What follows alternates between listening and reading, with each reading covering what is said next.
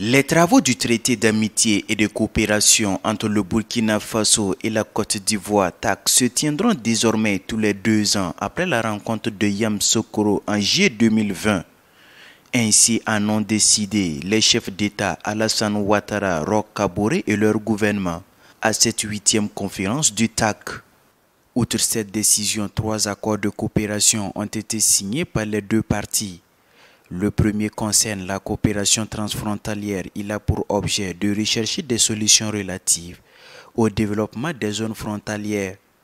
Le deuxième est en lien avec l'utilisation des explosifs et des produits chimiques dans l'exploitation minière artisanale.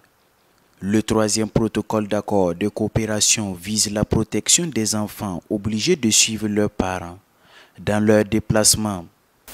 La 8e conférence au sommet du TAC s'est enrichie de nouveaux accords signés dans le domaine des frontières, de la mobilité des enfants, des mines et carrières. J'aimerais également féliciter l'atelier du Forum des hommes d'affaires ivoiriens et burkinabés en marge de la présente rencontre. Cette 2e édition fut également une réussite qui commande son institutionnalisation. Nous pouvons affirmer que la coopération ivoiro-burkinabé se porte à merveille.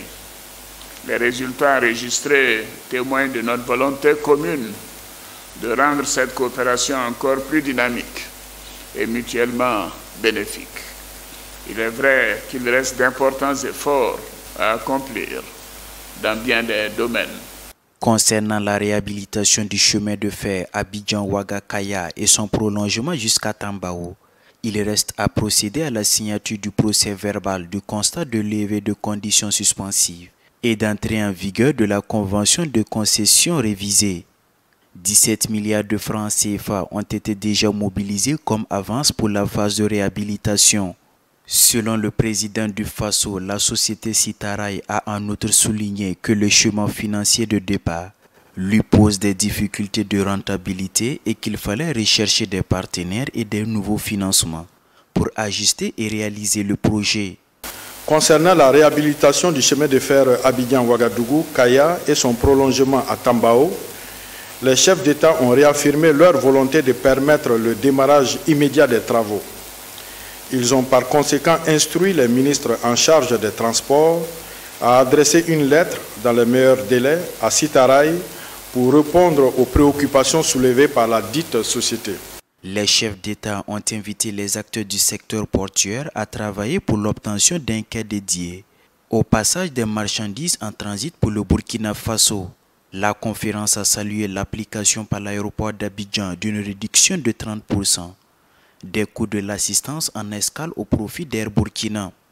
Dans le domaine de la coopération énergétique, les chefs d'État ont noté une baisse de la fourniture d'énergie électrique de la Côte d'Ivoire au Burkina Faso, avec une puissance moyenne de 63 MW entre janvier et juin 2019.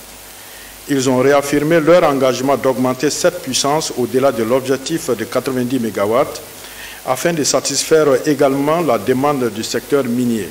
Le président ivoirien Alassane Ouattara a été élevé à la dignité de Grand Croix de l'Étalon par son homologue burkinabé.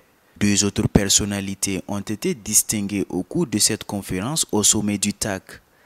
Il s'agit notamment du Premier ministre ivoirien Amadou Gon Coulibaly, élevé à la dignité de Grand Officier de l'Étalon, et du ministre ivoirien de la Défense Ahmed Bakayoko, fait commandeur de l'ordre de l'Étalon.